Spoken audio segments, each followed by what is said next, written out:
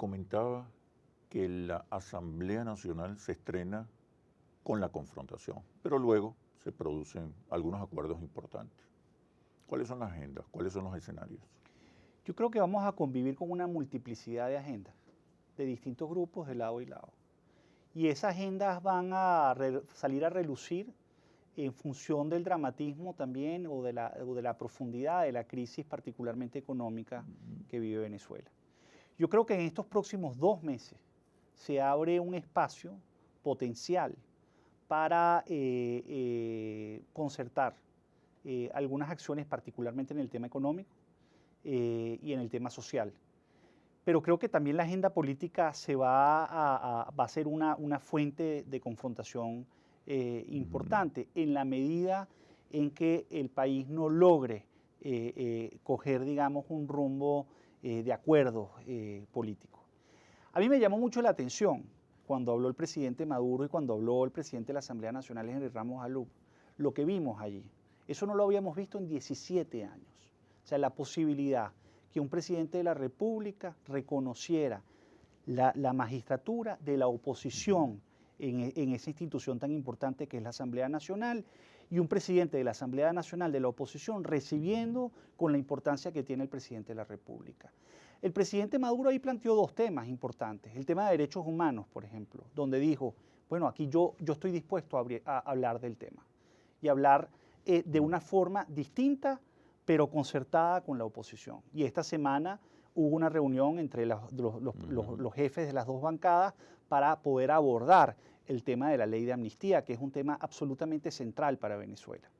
Pero por otro lado tienes también el tema de la emergencia económica. No es un tema central para la mayoría de los venezolanos. Para la mayoría de los venezolanos el tema crucial es la economía. Totalmente de acuerdo, pero no deja de ser importante políticamente la amnistía. No deja de ser importante la posibilidad que podamos convivir con distintos partidos y con distintos, digamos, visiones sobre lo público en el país. Sobre la política económica, y a eso iba, creo que ahí más bien vamos a un enfrentamiento.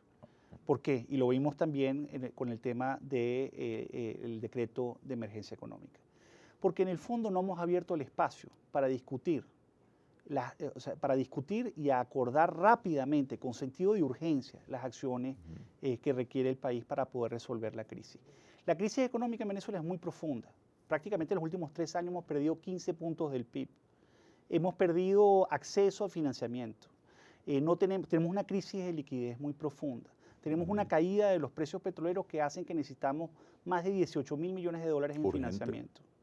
Ahora, hay un decreto de emergencia económica que claramente estipula algunos objetivos de política. Por ejemplo, necesidad de diversificar la economía en Venezuela, la necesidad de enfrentar y paliar los efectos de la crisis en los sectores más vulnerables de la población. Pero creo que no había una discusión sobre cómo hacer eso, sobre todo en el plano macroeconómico, en el plano cambiario, en el plano fiscal, que es un ámbito donde yo creo que hay visiones muy encontradas. ¿Es posible avanzar en las soluciones de política económica Mira, en medio de una confrontación política, de una crisis política? Tú sabes que a mí me sorprende que nosotros tendamos a ver que la crisis económica actual, que hacer las reformas o hacer los cambios o impulsar la productividad, impulsar la diversificación, impulsar la apertura del comercio y de la inversión, sea algo conflictivo. Yo creo que lo que es costoso políticamente es mantener una política económica actual que tiene unas tasas de inflación de más de 270%, donde no puedes resolver el problema de la pobreza estructuralmente si no retomas el crecimiento y si no refocalizas también los subsidios de manera que actualmente lo estamos mandando de manera indirecta y que es muy importante, pero empezar a darlos de manera directa. Eso parece estar claro en la agenda Claro. oficial. Yo creo que, pero al final el diablo está en los detalles, en cómo lo haces. Claro.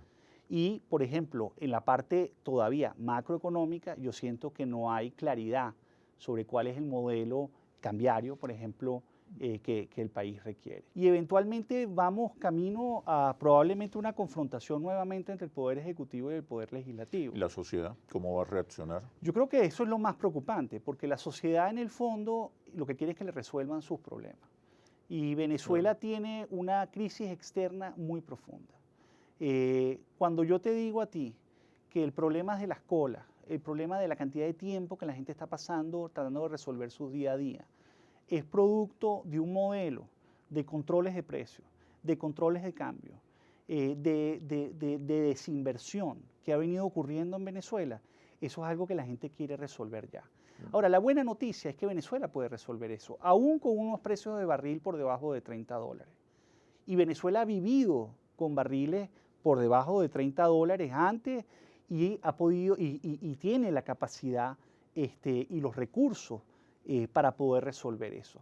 Ahora, eso implica una reorganización de la forma como opera el Estado, del papel del sector privado, del papel de las comunidades y el papel de la política social como un elemento central, clave. ¿Cuál es el modelo que hay que cambiar? ¿El modelo económico? ¿Manteniendo el modelo social? Hay que actualizar, renovar el modelo económico. Hay que renovar, actualizar el proyecto bolivariano. ¿Cuál es el reto de la revolución? Pero la respuesta después de los comerciales.